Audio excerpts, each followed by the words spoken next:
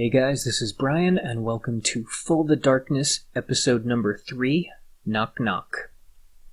Growing up, I was fortunate that I got along really well with my older brother. We shared secrets and kept them. We had inside jokes. When our parents moved us into a new house, we even invented a secret knock. You see, our new bedrooms were right next to one another's, and often, while I was lying in bed at night trying to fall asleep, he'd knock on the other side of his wall, from inside of his closet. And I'd respond on my side of the wall. Neither of us had ever talked about it. We really didn't need to. It was just nice knowing that when I was having trouble sleeping at night, he was right on the other side, checking in on me.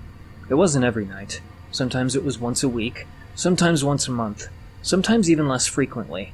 But it was always when I was having trouble sleeping. He would always knock, and I'd always knock back. A couple years passed, and I went off to college. My brother stayed at home to pursue his music career, and I came back periodically to visit. It was always comforting knowing that I could go back home and pick up with my brother right where we'd left off, like I hadn't even gone, that I could go back to my old room and curl up in bed and hear.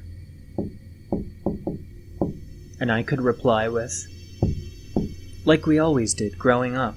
It wasn't until about my third visit from college that, for the first time, I didn't feel like knocking back. My brother and I had had a pretty big fight earlier in the day, which was rare, but it still happened, and later that night, when I was lying in bed, I heard the knock on the other side of the wall.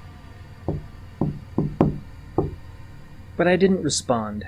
I just crossed my arms and rolled over. Ugh, I thought, leave me alone. This time it was louder, more aggressive. Still, though, I ignored it.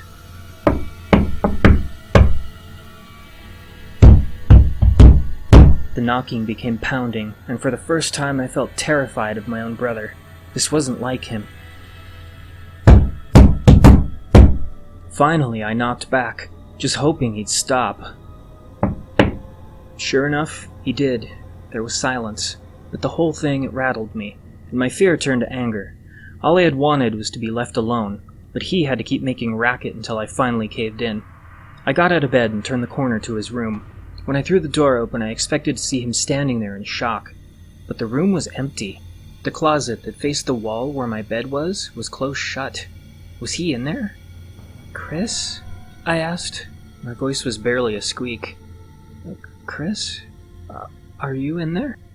Nothing. Everything about this felt wrong, so I turned around and ran downstairs to my mom, who was watching TV in the dark. Hey," I said. "I know this might sound silly, but is Chris in his room?" My mom laughed. "Of course not, dear. He went to his girlfriend's house about 2 hours ago. He said he won't be back until tomorrow afternoon. Why, you need to talk to him?" Yeah," I said, "but I can just do that tomorrow. It's okay." As I went back upstairs to my room, though, I didn't feel okay. If Chris wasn't home, who was knocking on the other side of his closet? I fell back into bed, drew in my covers tightly, and closed my eyes. No sooner had I done that than I heard the knocking from the other side again. This time, whatever it was, I didn't dare anger it, so I knocked back.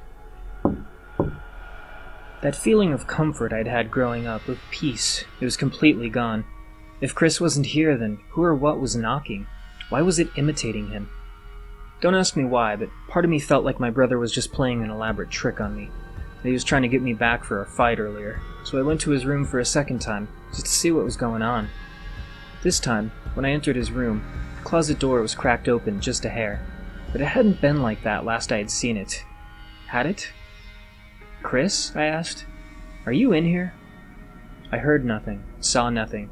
I glanced around the room, which was empty, and when my eyes trailed back to the closet, I realized it had opened just a little bit more. Part of me wanted to walk over there and open the closet up and see if he was inside, but a much bigger part of me told me to get the hell out of there. So I did. But I didn't go back to my bed and to that unsettling knocking that I knew would come. I went downstairs to my mom and pretended like I wanted to watch TV with her, and I ultimately fell asleep on the couch. She assumed I was just lonely and wanted to be near her, and I didn't correct her because I knew she wouldn't believe me, or understand anyway. The next day, sure enough, my brother came home late in the afternoon. When he did, I tried to tell him about what happened, but he seemed really confused. You see, he didn't know anything about the secret knock, at all. He said he never once got into his closet at night and tried to communicate with me, that even as a kid, most nights after football practice, he was so tired he just plopped into bed and fell immediately asleep, that he never heard anything, but maybe the knocks were muffled by the closet door, which he said he always left shut, because it creeped him out to leave it open. I could see by the look in his eyes that he wasn't lying, and that he was just as terrified as I was. I have never slept in my old room since. Years have passed.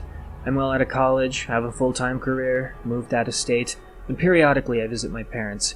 I stay with them because they won't have me staying in a hotel, and when I do, I pretend to go to my room, but once my folks retire to their own room, I creep out into the den and fall asleep in my dad's recliner. I do that because 2 years ago, nearly a decade after those loud, angry knocks, I had a late flight in to see my parents and didn't think twice about falling into my old bed. I was old now, a business professional. I didn't need to fear my brother's old room, which my brother had since moved out of long, long ago. And yet, I felt slightly uneasy as I slid into bed. I closed my eyes, and I let out a sigh, and I felt my mind drifting away. And just as I was about to fall asleep, I heard, from the other side of the wall,